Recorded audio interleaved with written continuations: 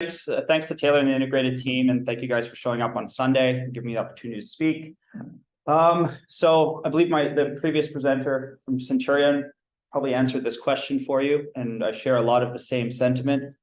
In our experiences as a developer, we're a little bit more in the weeds than in terms of negotiating with various municipalities on how to get the density we want. So basically how to make projects economical. And in our experience, and I'm basically saying this on behalf of the people who work in our company who've been here for 15 years, been working, 15 to 25 years. There's not as tall as Matt. Is that it's been an uphill battle in Vancouver from a policy perspective. So that's kind of where we'll start the presentation. I think I'm down now. Taylor, technical help. Oh, there we go. Okay, so our group, we're 47 years in existence. We've built over 31,000 homes. We've had over 75 partnerships. Our partnerships include groups like Oxford, the large pension. We've partnered with groups like Forgestone, Goldman Sachs, UBS, across all of our various markets. We typically, our business is typically to go in, buy the land, take it through entitlement, take on that 3-year risk that Matt was talking about, and then bring in partners who can who come in at the vertical development phase where, project's ready, entitlement risk is removed. And then we bring those partners in and then they help us, we build the project for them and either deliver it to them in the institutional case, or we together sell the project. So we're what you'd call a merchant builder. Our founder is Joe Hussein. Many of you have skied on Joe's Hill, which is Whistler. So he bought Whistler back in 1986 under the company Intrawest. And so Intracorp was basically a company that got pulled out of Intrawest because when he went to take the company Intrawest public, they said, we don't want any urban development. We only want resort development in the company. And that was the best way to get the highest valuation. So he spun this company out and has had it professionally managed, I think, since 1994. And this is our management team in Vancouver. Don Forsgren. Don's been with the company since 94. He's our chief executive officer. He looks after Vancouver and the other 3 markets. We have Evan Allegretto, who's our president here. He runs the day-to-day Vancouver business. Our chief investment officer looks after all the investments and how we capitalize projects is Dan Miller. And then I work under Dan, focused primarily on Vancouver projects, but dabbling a little bit in our US stuff. So Dave Steele taught me that you always have to have a joke in your presentation. So here's my attempt at one. So this is the amount of Vancouver Chief City Planners and the number of Vancouver Canucks coaches over the last 13 years or 11 years. As you can see, there's a lot of turnover in both. And so this kind of leans into the crux of what we think the issue is can Vancouver build enough rental projects? So here's the crux of the issue is that the federal policy is focused on bringing immigrants in, so increasing supply, whereas increasing demand, whereas in the local municipal governments, incumbents don't want density in their local municipalities. So therefore there's always this increased supply or increased demand and restrict supply. That is in our view, that's the crux of the issue. So you're always, as a developer, you're always pushing against the municipalities to increase supply. And while they recognize that that's a problem, the incumbents that own the real estate are typically the people that are voting. And no one wants 140 units to a block or 2 from their house, right? So we especially notice this in Vancouver West and Vancouver East, where we're right now, we're building quite a few projects, is that the time it took to get our zoning, in one case, it took us 10 years. And we're just in the process of developing that site today. But we bought the site, I believe, in 2011, 2012, and we started building like 2 months ago. So here's what's happened in Vancouver. So as you'll see here is that we've got there's over the past 10 years, only 2,473 homes, wood frame and concrete purpose-built rental has been built in the past 10 years. And that's because it's been non-economically feasible to do that in Vancouver. And that's for sale condo has been the way to go and the way you make money as a developer. And so what you've seen is you've got a pretty decent gray market of people who, like you and I, who will go buy a unit and then rent it out.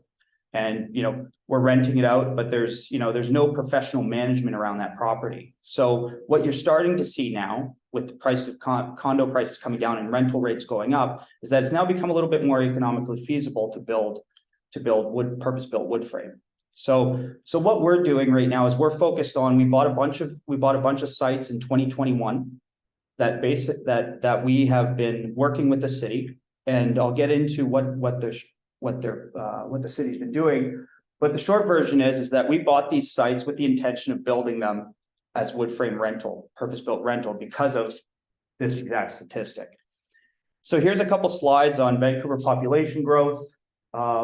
Similar to what Matt said, maybe I think some of our percentages are a little different, but similar trend. Sorry. Oh, Jesus. So what we're seeing here is we're seeing a projection of, for example, every year about 60,000 of the 500,000 per year immigrants, they'll be coming to Vancouver. So we'll see probably another 200,000 immigrants coming to Vancouver the next 3 years. And then, so this gives you a supply of our key markets and where we're focusing our time today, is we're focusing on West Vancouver or Vancouver West and Vancouver East. So just over the Burrard Street Bridge and over the Granville Street Bridge. And right there, what the city has done, and we think this is one of the better policies that they've implemented, is they've adapted what's called a secured rental policy. So what that does is that secured rental policy is focused on arterial and subarterial areas where you can increase density. So when you're driving up, for example, Granville Street, you get past the named streets and start getting into the numbered streets, you'll notice a lot of development a lot more development going on. And that development is typically wood frame rental. And then you move on streets like Arbutus, Vine, and all these streets, the government the municipality has designated as secured rent in the secured rental policy. So that allows you to build 5-story wood frame homes, and then as you move off these arterial streets, they lower the density. But what they're trying to do is they're trying to increase the amount of density that you have that is available in these areas. So that policy always has pushback. And so what they did was they basically created a uniform set of rules that if you follow these rules, it should take you 6 to 9 months. I can tell you right now, it's not 6 to 9 months, but we're going to get there. There's also they've instituted a number of other policies like the Broadway Plan, the Canby Corridor, which have had, in our view, have made it very difficult to actually build or economically build. So some of the things they do is if you buy a building and you have to replace people, you have to pay for their rent for the next X amount of years, and then they get to move into the building once it's built at their rent on some escalated basis, which doesn't make economic sense. But this plan for us, the secured rental policy, seems to be the most, I guess you'd say, most logical of the various policies that the Vancouver municipality has implemented. So here's just a map of the policy of where the policy enacts. You'll see here you've got Vancouver West, Vancouver East, and here's just on arterial 5-story residential apartments. If you go up to 5 stories and add, increase into a story, 6 stories, then you have to provide 20% rent below market. So our business model is the financial pro forma doesn't work if you do 6 stories, you're basically just adding those floors for free. So we've been sticking with doing 5-story residential apartments. And then off arterial, you have a variety of different strategies forms of development that you can follow. So here's just a wood frame versus concrete. We like wood frame right now because it's quicker to build. 2, it's a little bit relative to the rents you can get in a concrete building in Vancouver these days versus what you can get in a wood frame. We think we know the economics work better in a wood frame. And generally, we just, the only real impacts in our view are, some things like sound transition, which you can mitigate against with installation.